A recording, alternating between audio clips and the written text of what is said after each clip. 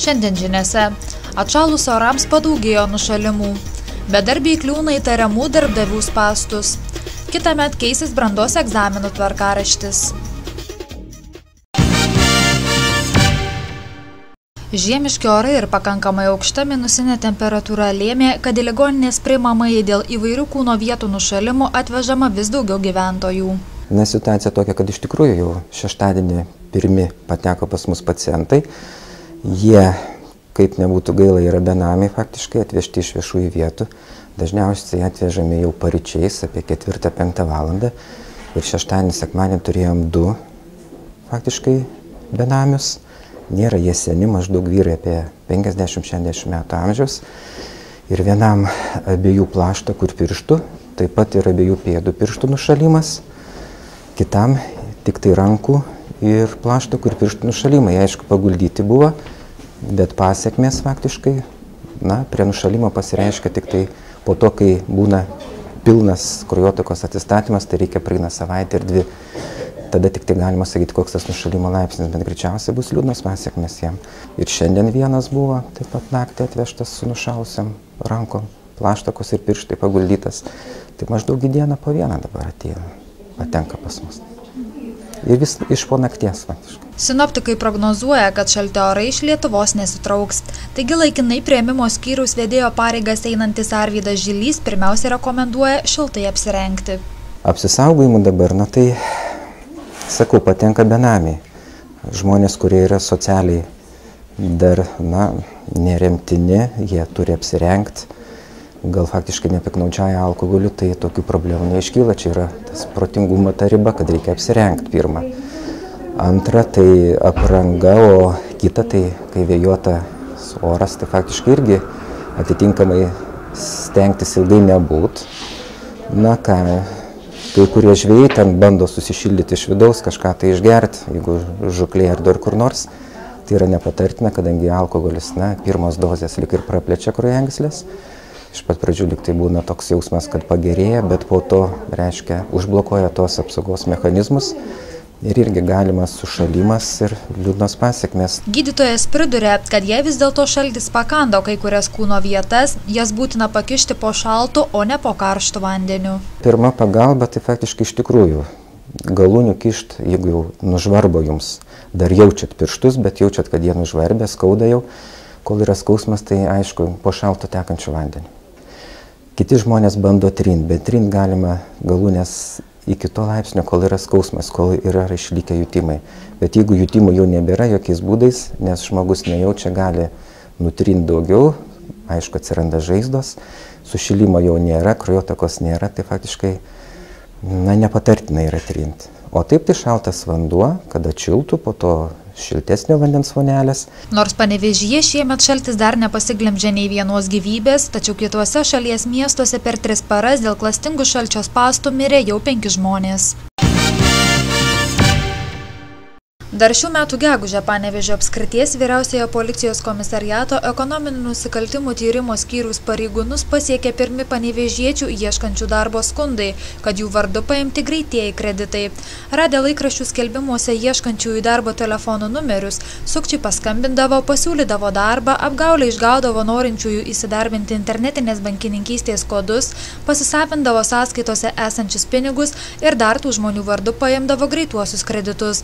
Tokių atveju ypač padaugėjo spalio mėnesį, pareigūnai jau gavo 15 tokių tyrimų. Žmonės patikėjo tuo, kad tikrai bendrauja su tuo žmogumi. Daugiausia tai buvo prisistatęs vyriškis vardu Aidas, kuris siūlė prižiūrėti savo neįgalų tėvą. Ir jo buvo, sakykime, toks motyvas įdarbinimui, viskas liktai tiktų, tik tai pažiūrėti, ar tas žmogus, ta moteris šiuo atveju, kurie prižiūrės tėvą, ar neturi skolų. Žmogus tikrai norėdamas susirasti darbą, jisai pasako, kad skolų neturi arba jeigu ir turi, tai tada tiesiog iš karto atsisako jo paslaugų, nes žino, kad jau kreditas nesuteiks tokiam žmogui esančiam skolininkui paskolų, tai tiesiog ačiū pasako, nereikia jūsų paslaugos, o tas žmogus, kuris atsako, kad aš skolų neturiu, tiesiog tada paprašo padiktuoti savo elektroninės bankininkystės suteiktus slaptažodžius. Nors vis dar pasitaiko vyresnio amžiaus žmonių, atiduodančių sukčiams santaupas dėl tariamųjų artimųjų padarytų nusikaltimų ir žalos atlyginimo, tačiau šį kartą didžioji apgautųjų dalis ieškantys darbo Panevėžio gyventojai. Šiuo atveju yra jaunesni žmonės ir netgi labai jauni žmonės, kadangi darbo ieško paprastai darbingo amžiaus žmonės. Tai yra, sakykime, vidutinio amžiaus ir netgi jauni, netgi studentės mergaitės, kurios studijuoja, gal nori papildomą kažkokio uždarbio užsidirbti dėl mokslų, dėl pinigėlių apsirengti ar dar kažkam. Tiesiog jauni žmonės. Policijos pareigūnai dar kartą informuoja, kad banko mokėjimo kortelių ir internetinės bankininkystės kodai nereikalingi jokiems darbdaviams ir tai tik galimybė jūsų vardu paimti greituosius kreditus. Jokių būdų negalima diktuoti tų kodų, tačiau žmogus, tiesiog aišku, aš suprantu, tai yra darbo pasiūla, žmogus suinteresuotas įsidarbinti, jam šiandien yra aktuali problema, jau tiesiog nemasto kitų pasekmių. Ir gavus sąskaitos tos slaptažodžius, labai lengva užsisakyti greitąjį kreditą. Po to tik sužino, kad eina priminimai, kad jūs nesumokėjot laiku kredito.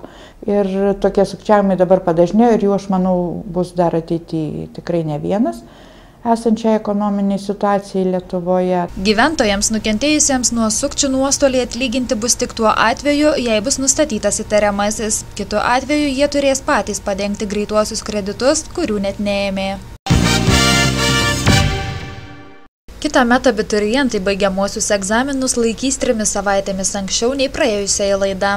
Švietimo ir mokslo ministerija atsižvelgė į mokyklų bendruomenių prašymą ir nutarė egzaminų grafiką sudaryti taip, kad jie netrukdytų dar tebevykstančiam ugdymo procesui ir būtų daugiau laiko pasiruošti. Brandos egzaminų sesija kitais metais prasidės gegužės 7 dieną, šeštadienį vokiečių kalbos egzaminų.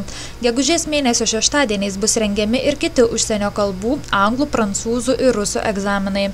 Paskutinis valstybinis chemijos egzaminas bus laikomas birželio 16 dieną, o pakartotinė sesija baigsis Liepos 8 mokyklinių valstybinės lietuvių kalbos egzaminų.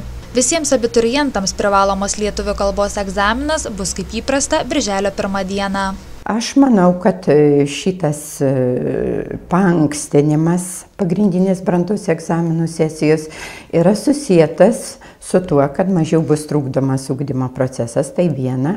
Antra, manau, kad tai bus mokinių naudai. Vis dėlto galvoju, kad ir šiais metais ta pasirinkimo patirtis pasitvirtins ir šiais metais rinktis 4 pagrindinius brandos egzaminus, tai yra anglų kalba, lietuvių kalba, matematika ir istorija.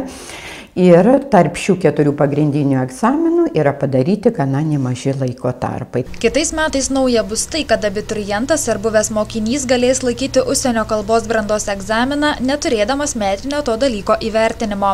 Iki šiol abiturientai, neturėdami metinio brandos įvertinimo, galėjo laikyti tik geografijos egzaminą. Laikant užsienio kalbos egzaminus, ugdymo procesas bus dar nepasibaigęs. Tokiu atveju mokiniai galės laikyti šios egzaminus, neturėdami metinio įvertinimų, bet privalės išlaikyti atitinkamų dalykų įskaitą, nes mokslo metai baigėsi gegužės pabaigoje. Kalbų ir kompiuterinio raštingumo įskaitos vyks nuo kovo 31 iki balandžio 26 dienos. Pagrindinio ugdymo pasiekimų patikrinimas bus surengtas vasario 10, gegužės 23 dienomis. Artėjančių kalėdų proga Juozo Miltinio dramos teatras pirmą kartą pristato režisieriaus Arvydo Lebeliūno premjerą 3 dalių tragikomediją Meilės eliksyras pagal Piterio Šeferio pjesę Leticija ir žolelių trauktinė. Tai iš tikrųjų visų pirma, tai apie žmogų, apie atrodo paprastą, nieko neįskiriantį, neįsiskiriantį žmogeliuką, netgi galima pasakyti, gyvenantį kažkur tai Londono, reiškia pusrusyje, tačiau iš kurios spinduliuoja tikrai be galo didelė šviesa ir be galo didelė širdis, kuri priverčia faktiškai ir kitus apsijungti ir plakti visai tuo pačiu ritmu. Nors aišku, pjesė be galo ir įdomi, intriguojanti, ir kartu ir humoro yra, ir kartu didelio tragizmo be galo. Spektaklis Meilės eliksyras – tai pasakojimas apie moterį, kuri nemokėjo ir nenorėjo prisitaikyti prie egzistuojančio laiko ir visuomenės. Pagrindinė herojė Leticija gyvena savo susikurtame pasaulyje, kuris pilnas paslapčių ir mistikos. Manau, kad spektaklis yra tada geras, kada jis atspindi laiką, kada jis iš tikrųjų nėra iš kito kosmoso ar pasaulio.